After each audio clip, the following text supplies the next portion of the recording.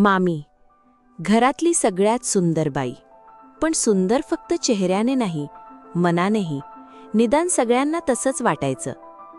मामी गोऱ्या पान, देखणी आणि आकर्षक होती. मामा, कामात बुडालेला माणूस. सकाळी 7 ते रात्री 11. घर म्हणजे फक्त झोपायची जागा त्याच्यासाठी. मामीला एकटेपण नवीन नव्हतं. लग्नाला 8 वर्ष झाली होती. 2 मुलं होती. घर होतं, गाडी होती, सगळं होतं. फक्त तो नव्हता. रात्री जेवण वाढलेलं थंड होई, पण मामा यायचाच उशिरा. मग ती एकटीच जेवायची, एकटीच झोपायची. माझी काळजी कुणाला नाही का? हा प्रश्न ती स्वतःशीच विचारायची. उत्तर कधी मिळालं नाही. आदेश, मामाच्या ऑफिसमधला सहकारी, एकदा घरी आला कुठल्या तरी कामानिमित्त. साधा माणूस, पण बोलणं मृदू. वहिनी, चहा छान झालाय. इतकं साधं वाक्य, पण मामीला त्यात काहीतरी वेगळं जाणवलं. किती दिवसांनी कुणीतरी तिच्याकडे बघत बोललं होतं. हळूहळू आदेश येणं वाढलं. कधी काम सांगत, कधी नुसताच. आणि मामी, ती वाट बघू लागली. एक दिवस मामी भाजी घ्यायला गेली होती. गर्दीत अचानक आदेश दिसला. अरे वहिनी, तुम्ही इथे? हो, जरा भाजी आणायला आले, मामी म्हणाली. ओठावर हसू आलं ते तिला थांबवता आलं नाही. आदेशने तिच्या पिशव्या उचलल्या. मी सोडतो. नको नको, जड नाहीत. तुम्ही एकट्या का सगळं उचलत राहता? तो शांतपणे म्हणाला. मामी गप्प झाली. त्या एका वाक्यात किती अर्थ होता. 3 दिवसांनी आदेश घरी आला. म्हणाला, मामाचं काहीतरी कागदपत्र द्यायचं आहे. मामा घरी नव्हता. थांबता का? चहा घेता? मामीने विचारलं. तिलाच आश्चर्य वाटलं हे शब्द तोंडून निघाले. हो, आदेश म्हणाला लगेच, जणू त्याला हेच उत्तर अपेक्षित होतं. ते दोघे बराच वेळ बोलत राहिले. घर, मुलं, आयुष्य, सगळ्यावर. मामी कधी नव्हती इतकी मोकळेपणाने बोलली. जाताना आदेश म्हणाला, खूप बरं वाटलं बोलून. मामीनेही मनातच म्हटलं, मलाही. मामी रोज संध्याकाळी मुलांना बगीचात घेऊन जायची. एक दिवस आदेश तिथेही होता. योगायोग होता की ठरवून आलेला? दोघांनाही माहीत नव्हतं. किंवा माहीत होतं, पण कबूल करायचं नव्हतं. मुलं खेळत होती. ते दोघे बाकावर बसले. शांत संध्याकाळ होती. आकाश लाल भडक होतं. तुमचे मामा खूप बिझी असतात का? आदेशने विचारलं. मामी हसली, पण त्या हसण्यात दुःख होतं. ते त्यांच्या जगात असतात, मी माझ्या. आदेश काहीच बोलला नाही, फक्त तिच्याकडे बघत राहिला. त्या नजरेत इतकी काळजी होती की मामीला नजर चुकवावी लागली. अचानक पाऊस आला. मामी दुकानातून बाहेर पडली तेव्हा रस्त्यावर पाणीच पाणी. फोन वाजला. आदेशचा नंबर. वहिनी, कुठे आहात? पाऊस आलाय खूप. दुकानासमोर उभी आहे. 5 मिनिटात आदेश गाडी घेऊन आला. गाडीत शांतता होती, फक्त पावसाचा आवाज. काचेवर थेंब ओघळत होते. मामीने खिडकी बाहेर बघितलं. आदेश, ती हळूच म्हणाली. हं? हे बरोबर नाही. आदेश थांबला. दीर्घ श्वास घेतला. माहीत आहे, तो म्हणाला. पण मी काय करू? मला तुमची काळजी वाटते. मामीच्या डोळ्यात पाणी आलं. ती काहीच बोलली नाही. गाडी घरापाशी थांबली. मामी उतरली. मागे वळून बघितलं नाही. बाहेर मुसळधार पाऊस पडत होता.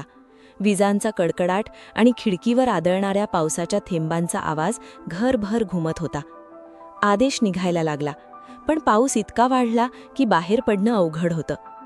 थोडा वेळ थांब ना, मामी म्हणाली. दोघे हॉलमध्ये बसून गप्पा मारत राहिले. बोलता बोलता वेळ कसा गेला ते कळलंच नाही. एक क्षणी शांतता पसरली. मामीच्या हातावर ठेवलेला तिचा हात थोडा थरथरत होता. आदेशने हळूच तिचा हात आपल्या हातात घेतला. मामीने हात मागे घेतला नाही. दोघांचे डोळे एकमेकांना भिडले.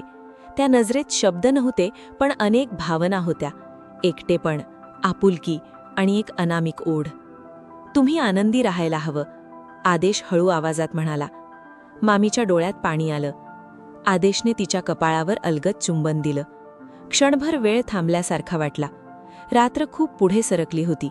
घरात फक्त शांतता होती. दोघेही बराच वेळ बोलत राहिले. मनातल्या गोष्टी, अपूर्ण राहिलेली स्वप्न, न सांगितलेल्या भावना. पण त्या रात्री त्यांनी एक मर्यादा ओलांडली नाही, कारण दोघांनाही जाणवत होतं की भावनांची जवळीक जितकी सुंदर असते तितकीच ती गुंतागुंतीचीही असू शकते. मामाला कळत नव्हतं, पण जाणवत होतं. घरात काहीतरी बदललं होतं. मामी आधीपेक्षा जास्त खुश दिसायची. फोनवर जास्त वेळ घालवायची. रात्री उशिरापर्यंत जागायची. कुणाशी बोलतेस एवढं? एक दिवस मामाने विचारलं. कुणाशी नाही, मैत्रिणीशी, मामी म्हणाली.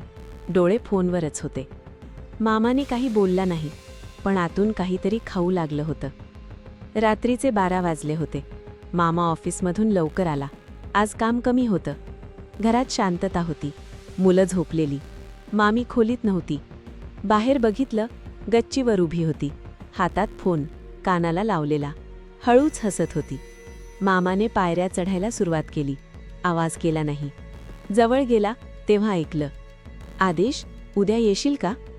मामा थांबला. पाय जड झाले. छाती आतून पिळवटली.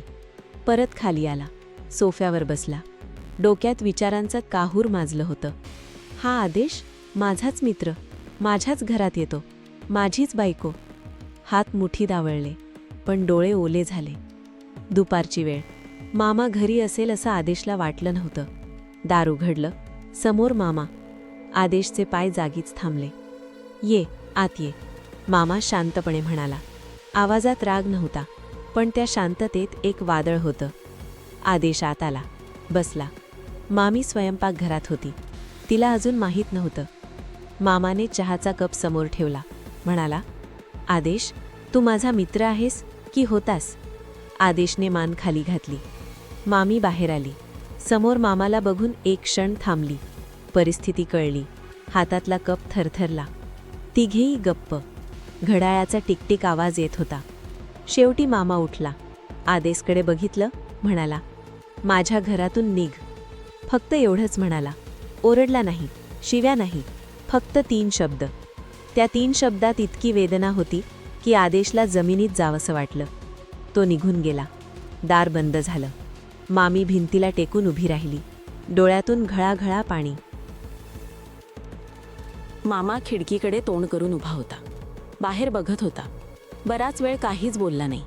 मग हळूच म्हणाला, मी कुठे चुकलो सांग मला, मी सुधारतो. मामीला वाटलं आभाळ कोसळलं. हा माणूस जो कधी बोलत नव्हता, कधी वेळ नव्हता, आज चुकीची माफी मागत होता, स्वतःची चूक नसताना.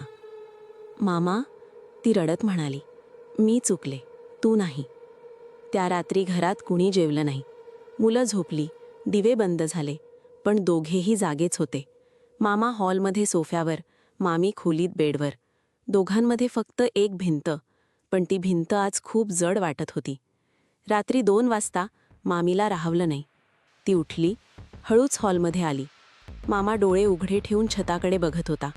मामी त्याच्यासमोर गुडघ्यावर बसली, हात जोडले. मामा, मला माफ कर. मामाने तिच्याकडे बघितलं. डोळे लाल होते. रडला होता, एकट्याने. का केलंस? त्याने विचारलं. आवाज थरथरत होता. मामी खाली मान घालून म्हणाली, तू होतास पण नव्हतास. घरात असायचास पण माझ्यासाठी नाही. बोलायचो आपण, पण बोलणं नव्हतं. मला वाटलं मला कुणाला नको आहे. मामा काहीच बोलला नाही, फक्त ऐकत राहिला. आदेशने फक्त लक्ष दिलं आणि मी हरवले. हे माझी चूक आहे, फक्त माझी. बराच वेळ शांतता होती. मग मामा सोफ्यावरून उठला, खिडकीजवळ गेला. बाहेर रात्रीचा अंधार होता. हळूच म्हणाला, मलाही माहीत होतं मी चुकतोय. रोज घरी यायचो, तू वाट बघत असायचीस, पण मी थकलेलो असायचो. बोलणं जड वाटायचं. वाटलं तुला सगळं समजतं. पण तुला सांगायला हवं होतं आणि मलाही विचारायला हवं होतं, तुला कसं वाटतंय ते. मामी रडत मामा होती. तिच्याजवळ आला, खाली बसला, तिचा चेहरा वर केला. मला खूप राग आलाय, खूप दुखलंय, हे सहज विसरणार नाही मी. मामीने मान हलवली. हो, पण मामाने दीर्घ श्वास घेतला. तू माझी बायको आहेस, माझ्या मुलांची आई आहेस, आणि मी तुला सोडणार नाही. ते दोघे रडले खूप वेळ एकमेकांसमोर. कुठलं नाटक नाही, कुठला आव नाही. 2 माणसं जी एकमेकांपासून दूर गेली होती आज परत एकमेकांसमोर होती. रिकामी, कच्ची, खरी. माफी एका रात्रीत मिळाली, पण विश्वास परत यायला वेळ लागला. मामा आता लवकर यायचा घरी, जेवताना बोलायचा, मुलांसोबत खेळायचा. मामीला विचारायचा, काय हवंय तुला? छोट्या छोट्या गोष्टी, पण त्या गोष्टींनी घर परत घर वाटू लागलं. मामी रोज स्वतःशीच लढायची. आदेशची आठवण यायची, पण ती आठवण झटकायची. हे घर माझं आहे, हा माणूस माझा आहे, मी परत येणार. 6 महिन्यांनंतर एक संध्याकाळ. मामा आणि मामी गच्चीवर बसले होते. चहा होता, थंड वारा होता. मामाने हळूच तिचा हात हातात घेतला. मामीने बघितलं त्याच्याकडे. सॉरी, मामा म्हणाला. पुन्हा एकदा? आता नको म्हणूस, मामी हसत म्हणाली. डोळे ओले होते. शेवटचं, मामा म्हणाला. आता फक्त पुढे. मामीने त्याच्या खांद्यावर डोकं ठेवलं. आकाश लाल भडक होतं. पक्षी घरट्याकडे परतत होते.